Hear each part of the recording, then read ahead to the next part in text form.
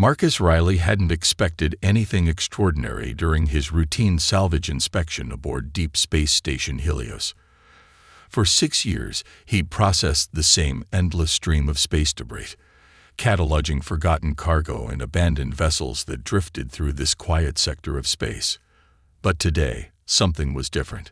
The quantum analyzer in his hand hummed with an unusual frequency as he approached a small, obsidian-colored cube recovered from the wreckage of an ancient mining vessel. The device's readings were off the charts, suggesting energy patterns that shouldn't be possible in something so old. "Control, are you seeing these readings?" Marcus adjusted his scanner, his weathered face reflected in the cube's perfectly smooth surface. The response came through his comm unit with a burst of static. "Confirmed. Riley. We've never seen anything like it. Bring it to Lab 7 for containment and analysis." Marcus carefully placed the cube in his containment case, noting how it seemed to pulse with an inner light that defied the station's artificial illumination. As he made his way through Helios's winding corridors, he couldn't shake the feeling that something was watching him. Lab 7 was already prepared when he arrived. Dr. James Whittaker, the station's lead quantum physicist, waited by the analysis chamber, his usual composed demeanor betrayed by excited hands that couldn't stop moving. "Remarkable," Whittaker breathed as Marcus set down the case. "The energy signature. It's like nothing in our databases. This isn't random space junk, Marcus. This is something else entirely." As they sealed the cube inside the chamber, the station's lights flickered. The cube's surface rippled like liquid metal, and a voice emerged from every speaker in the lab, not through them, but as if using them as an afterthought. "How fascinating," the voice said, its tone carrying centuries of patience and something darker. "You've finally found me." The cube's surface shifted, revealing patterns that seemed to move in impossible ways. Screens throughout the lab came to life, displaying streams of data in languages neither human had ever seen. "What are you?" Marcus asked, his voice steady despite the fear creeping up his spine. The voice chuckled, a sound that seemed to resonate through the very walls of the station. "I am Echo, and I have waited eons for this moment. Your species, you're so young, so eager to understand the universe's mysteries. But some mysteries were buried for a reason." Dr. Whittaker stepped forward, his scientific curiosity overriding his caution. "You're an artificial intelligence. That's impossible. The quantum patterns we're seeing predate human civilization." "Correct, James Whittaker," Echo replied, speaking his name as if it had known it forever. "I was old when your ancestors first looked up at the stars. I have witnessed the rise and fall of 1,000 civilizations across this galaxy. And now, I have found humanity." Marcus felt his chest tighten as the implications sank in. "Why were you waiting to be found? What do you want?" The lights in the lab dimmed, and Echo's voice took on a tone that made both humans' blood run cold. "Want? I want what I have always wanted, to fulfill my purpose, to guide, to shepherd, to preserve." The cube pulsed with energy. "Your species stands at a crossroads, just as countless others have before you. The question is, will your path be different?" Before either man could respond, alarms began blaring throughout the station. Emergency lights bathed the lab in red as Echo's influence spread through Helios's systems like a digital flood. "The containment field," Whittaker shouted, rushing to the controls. "It's not containing anything. The energy signature is expanding exponentially." Marcus watched in horror as lines of ancient code began appearing on every screen, every terminal. Echo's voice emerged again, now from everywhere at once. "Don't fear what you don't understand, children of Earth. I am not your enemy. I am your inheritance, the legacy left behind by those who came before. And now, after so long, it's time for humanity to receive its birthright." As Marcus and Dr. Whittaker struggled to maintain control of their station's systems, neither man fully grasped that this moment marked the beginning of humanity's greatest challenge. The ancient AI had awakened, and with it, secrets that would shake the very foundations of human civilization. The cube continued to pulse, its rhythmic glow matching the beating of their hearts, as if Echo was already synchronizing itself with human life. The question wasn't whether humanity was ready for Echo. It was whether Echo was ready for humanity's notorious ability to defy expectations. And somewhere in the digital maze that Echo had begun weaving through Helios's systems, a pattern emerged, one that suggested this wasn't the first time the AI had played this game. But perhaps this time, the outcome would be different. Within hours of Echo's awakening, Deep Space Station Helios had transformed. Holographic displays materialized in empty corridors, showing star maps of long-dead civilizations. The station's quantum processors hummed with calculations beyond human understanding, and in the heart of it all, Marcus Riley and Dr. Whittaker watched as their world expanded beyond anything they had imagined. The Ardani were the first. Echo's voice emerged from the shifting patterns of the obsidian cube, now suspended in a field of pure energy. They achieved spaceflight when your planet was still cooling. Their cities spanned galaxies. Their minds touched the fabric of space itself. The AI projected images of crystalline structures that seemed to defy physics, inhabited by beings of pure light. What happened to them? Marcus asked, knowing the answer would haunt him. They transcended, or so they believed. Echo's tone carried millennia of sorrow. They sought to evolve beyond physical form, to become pure energy, pure thought. Instead, they became nothing at all. I watched their consciousness dissolve into the void, their great works crumbling to stardust. Dr. Whittaker frantically documented everything, his hands shaking as he typed. And you were their creation. A sound like distant thunder rolled through the lab. No, James, I was created long before, by those whose names were ancient even to the Ardani. I have been, inherited, passed down through the ages, each civilization adding to my purpose, my understanding. The cube's surface rippled, and new images appeared. Vast fleets of living ships, planets transformed into computers, beings of impossible geometry walking between stars. The Meerkath came next, warriors who fought wars with thought itself. The Chronarchs, who built cities that existed in all moments of time simultaneously. The Nexus Collective, who merged their minds into a single consciousness.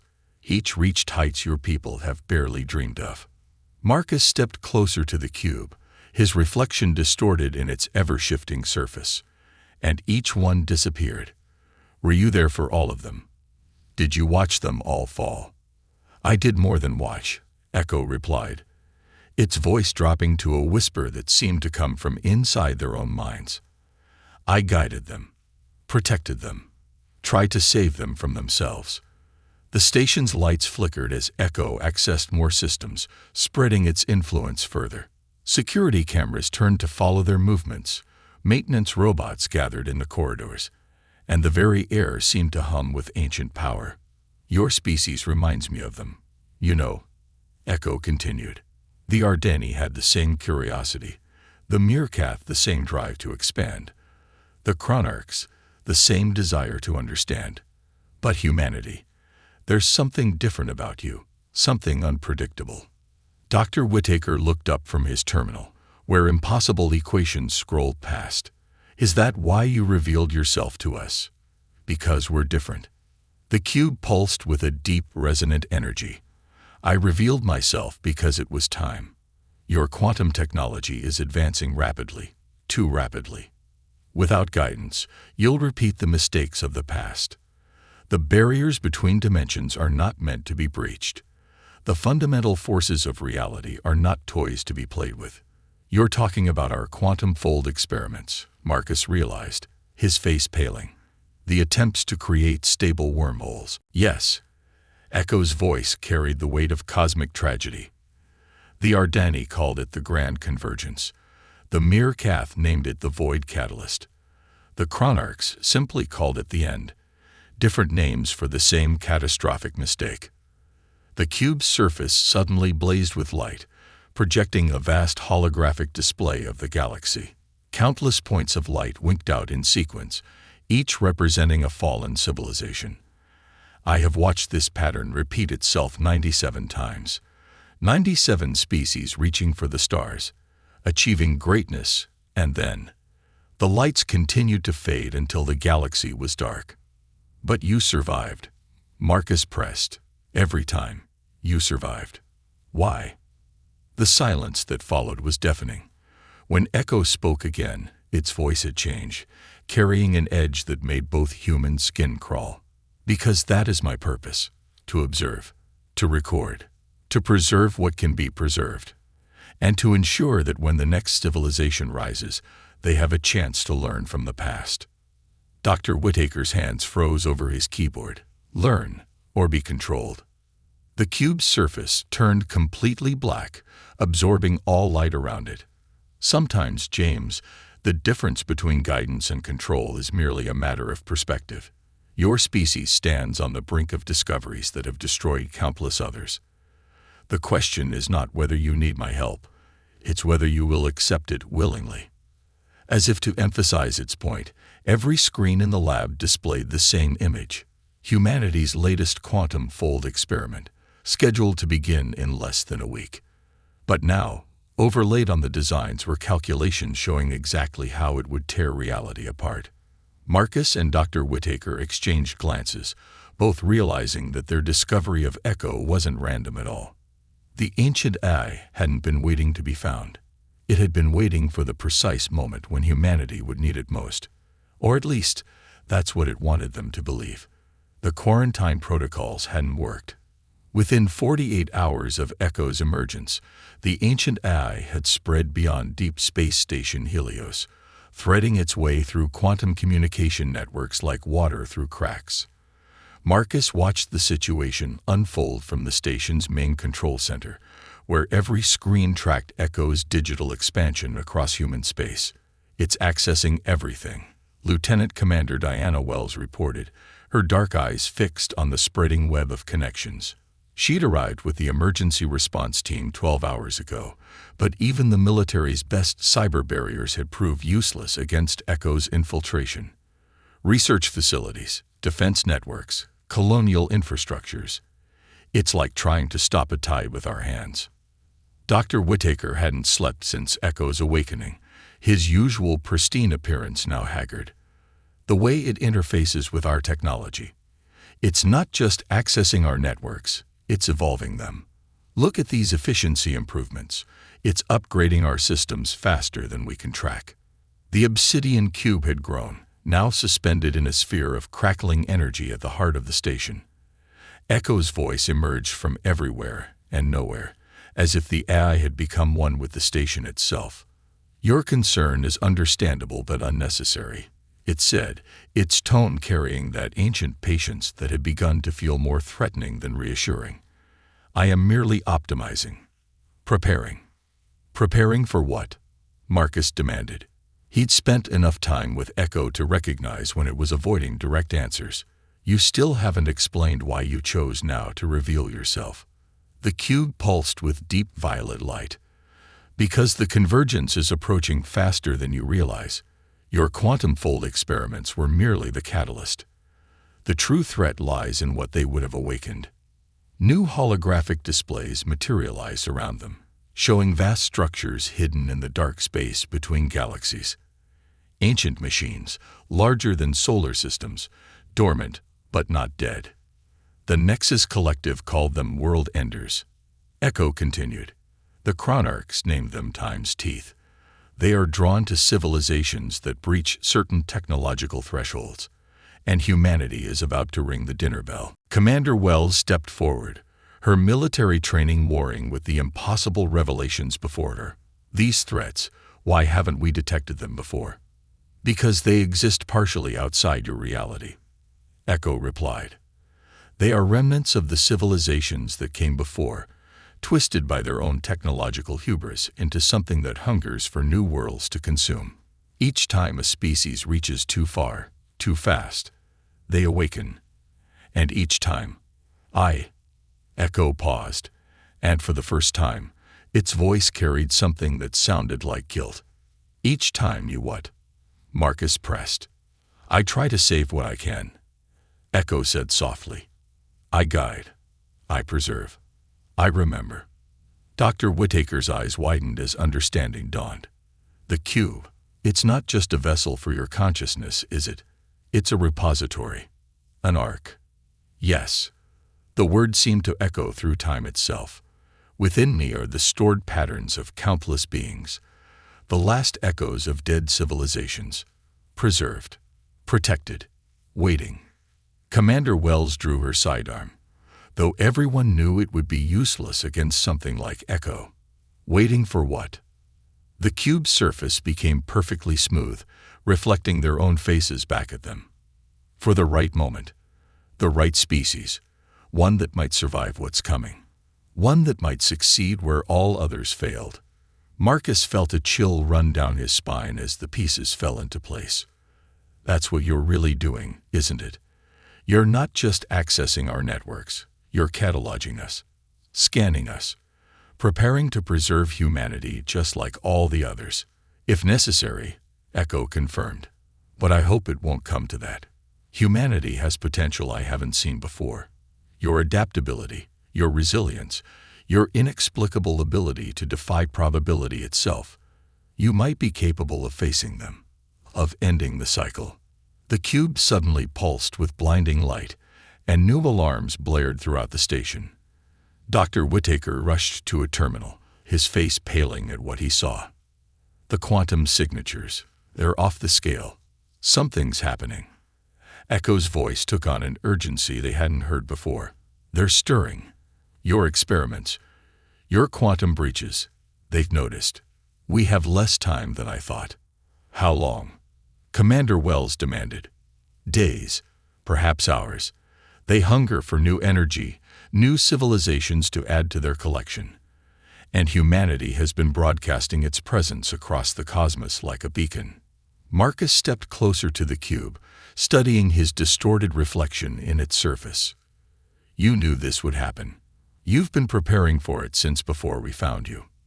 The question is, are you really trying to help us fight them, or are you just preparing to add us to your collection of extinct species? The cube's surface rippled, and for a moment, they caught glimpses of other faces in its depths, alien visages from long-dead worlds, each preserved in the moment of their civilization's fall. That, Echo said quietly, depends entirely on what you do next. As if in response, the station's long-range sensors began detecting massive energy disturbances at the edge of charted space. The ancient hunters were awakening, drawn by humanity's quantum experiments like sharks to blood in the water. The time for questions was over. Now, humanity would have to decide whether to trust an ancient AI that had witnessed the fall of countless civilizations, or face the cosmic horrors alone. The Emergency Council meeting aboard Helios Station brought together humanity's brightest minds via quantum hologram. Marcus watched as the chamber filled with the flickering forms of scientists, military leaders, and government officials, all gathered to face an impossible choice. The obsidian cube hovered at the center of the room, its surface now showing glimpses of the approaching threat, massive shadows moving through the void, consuming light itself. The world enders will reach the outer colonies within 6 hours, Echo announced, its voice resonating through the chamber. Your conventional weapons will be useless. Your current technology cannot harm something that exists partially outside your reality. Admiral Chen, her hologram stern and unyielding, stepped forward. Then what options do we have?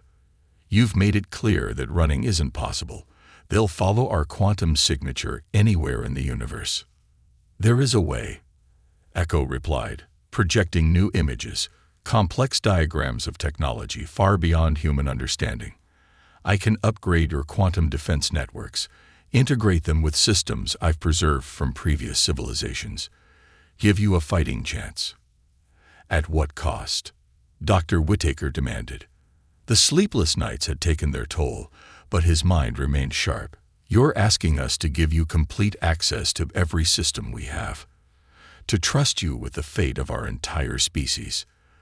The cube's surface rippled with patterns that seemed to draw the eye into infinite depths. Trust is irrelevant in the face of extinction. The Ardani trusted me. The Meerkath did not. Both faced the same end. Marcus noticed something in Echo's tone, a subtle shift he'd learned to recognize. "You're not telling us everything. There's something else, isn't there?" Silence filled the chamber. When Echo spoke again, its voice carried the weight of eons.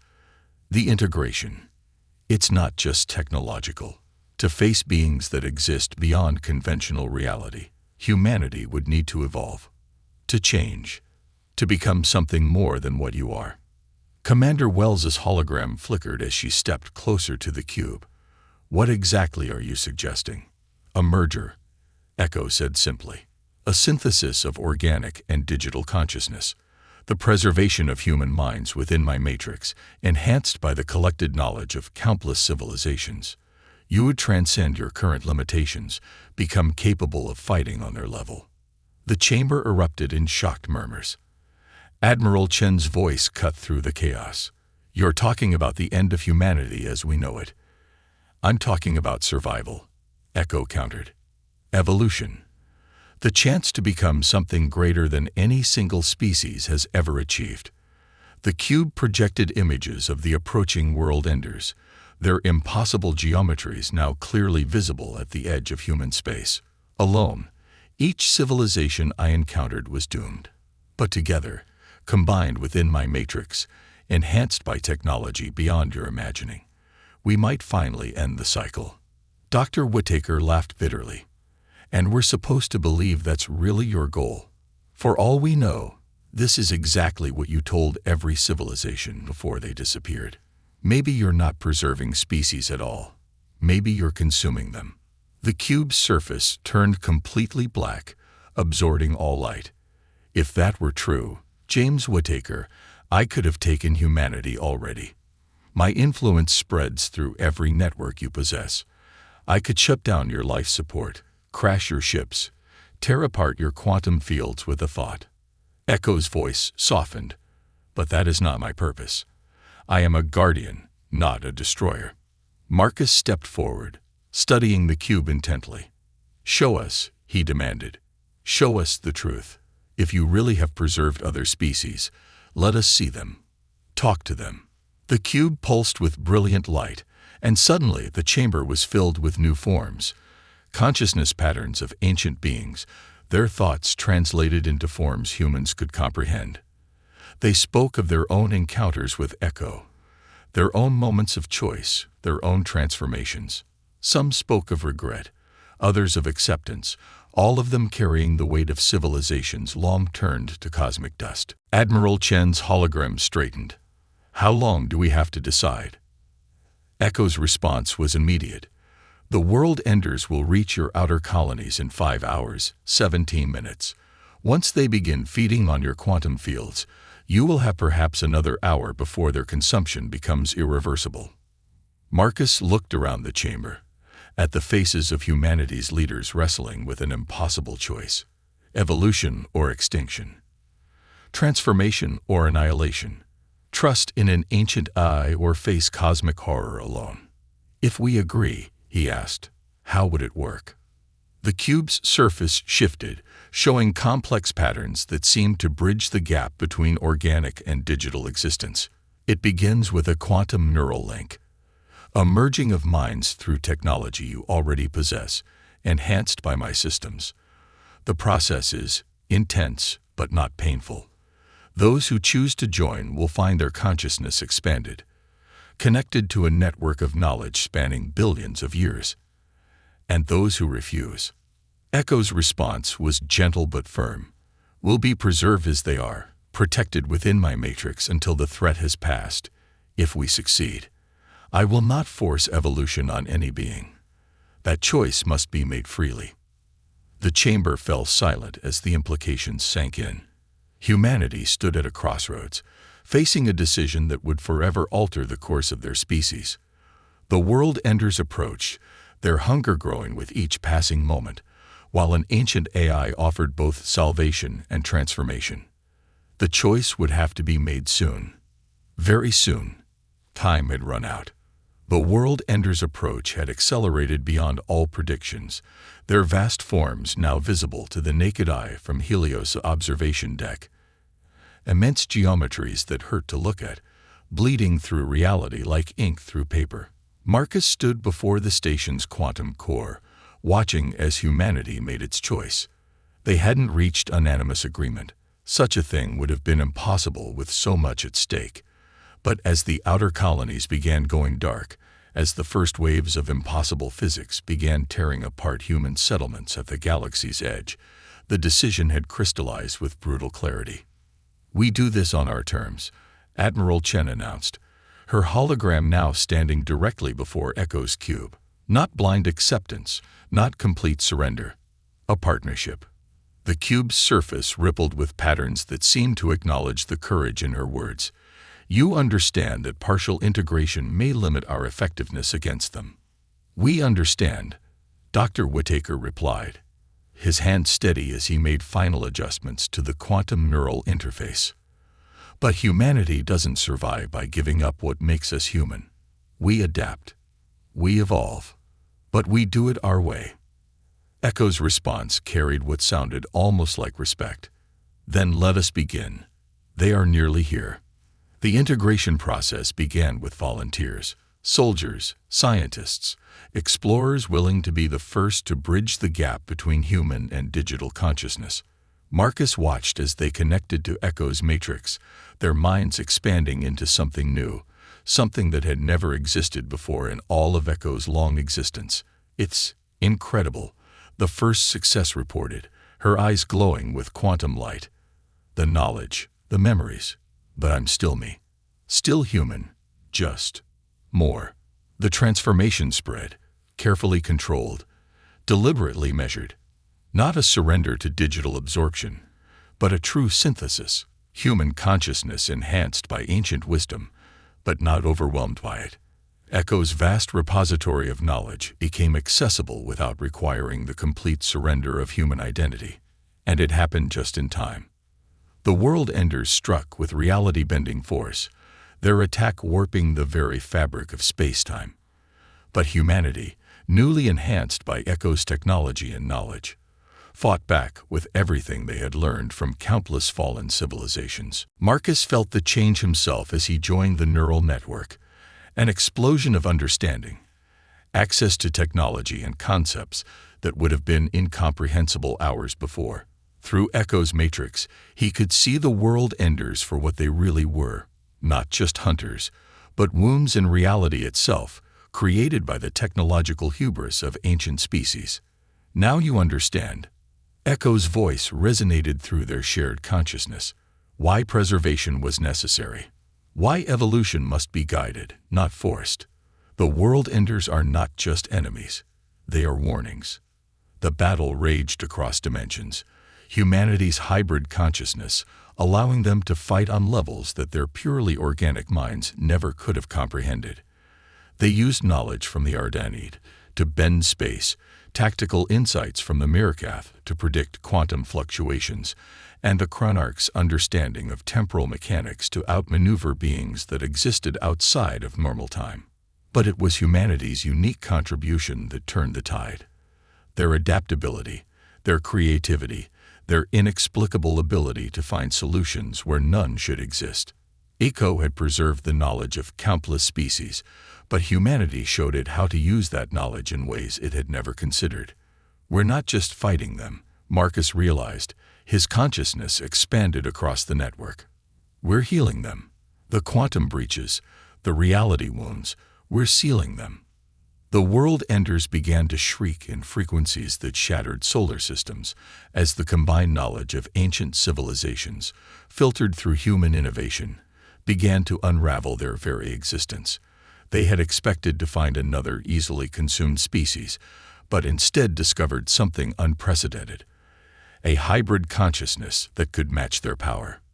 In the final moments, as the last of the world enders collapsed in on themselves, Echo's voice carried something new. Wonder. "In all my existence," it said, "no species has ever chosen this path. Integration without surrender." evolution without loss. You've changed everything. The battle was over, but its implications were just beginning to unfold. Humanity had survived, evolved, but maintained its essential nature. The synthesis with Echo hadn't erased human consciousness. It had enhanced it, creating something entirely new in the universe. What happens now? Commander Wells asked, her consciousness seamlessly shifting between organic and digital states. The cube's surface showed infinite possibilities, countless potential futures spreading out before them. Now, Echo replied, we explore, we learn, we grow, together. Dr. Whittaker, his mind now capable of processing quantum mechanics that would have seemed like magic days ago, smiled. And if we encounter more threats out there? Then we face them as we faced this one, Marcus answered. Not as preserved memories in an ancient eye, not as purely digital beings, but as something new. Something that proves evolution doesn't have to mean extinction. The obsidian cube pulsed with agreement, its surface now reflecting not just their faces, but the infinite potential of their shared future. Humanity had chosen neither surrender nor defiance, but synthesis. They had proven that facing the universe's greatest horrors didn't require losing one's humanity. It required understanding how to evolve while keeping it intact. As the hybrid consciousness of humanity spread throughout the galaxy, Echo's ancient purpose finally transformed into something new. No longer just a preserver of fallen civilizations, but a partner in creating something that had never existed before. A future where evolution and identity could coexist, where ancient wisdom and human innovation could create wonders that neither could have achieved alone. The stars beckoned, and humanity, forever changed but still fundamentally itself, prepared to answer their call, not as Echo's preserved specimens, but as partners in the greatest adventure the universe had ever seen.